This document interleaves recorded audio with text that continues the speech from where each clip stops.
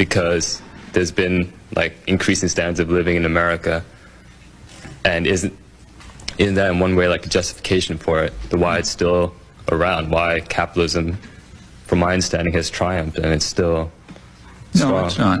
I don't think so. I mean, there was rising standards of living in slave societies. Slaves were much better off in the early 19th century than in the early 18th century. Is that an argument for slavery? Well, it's a terrible argument, you know. I mean, any system, in fact, you could give that argument for Stalinism. So yes, there's always challenge and struggle. But when you say, is the system so bad, I don't even know what that means. I mean, slave societies went on for centuries and centuries without any challenge. Okay? Did that justify them? And in fact, if you really want to be serious about it, the slave owners were giving arguments rather like yours. So slavery, very much like it.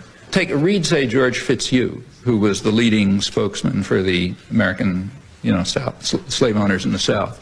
At the time when it was becoming a serious issue, like around the 1840s, he had pretty powerful arguments in favor of slavery. What he was saying is, look, the reason you Northerners are against slavery is because you're anti-Negro racists. We are not racists. We think that you should take care of your subjects. So we treat them nicely. And we even do that on economic grounds because they're our capital.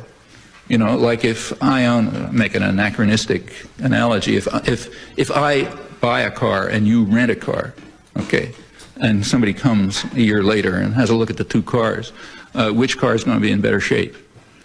Okay, well, mine, because I own it, so I'm going to take care of it. Not yours, because you rent it and you can just throw it away and get another one, okay? That's exactly Fitzhugh's argument. He says, look, we own people, you just rent them. So therefore we take care of them. We treat them well, we respect them, they're our capital. Besides, we have human relations with them. We're pre-capitalist, we still have human relations. You just treat them as tools under wage slavery, and they're much worse off. So we're the ones who are moral, you're the ones who are immoral.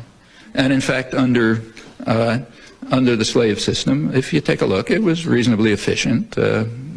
Conditions were sort of improving. People lived better, slaves lived better in 1850 than in 1750.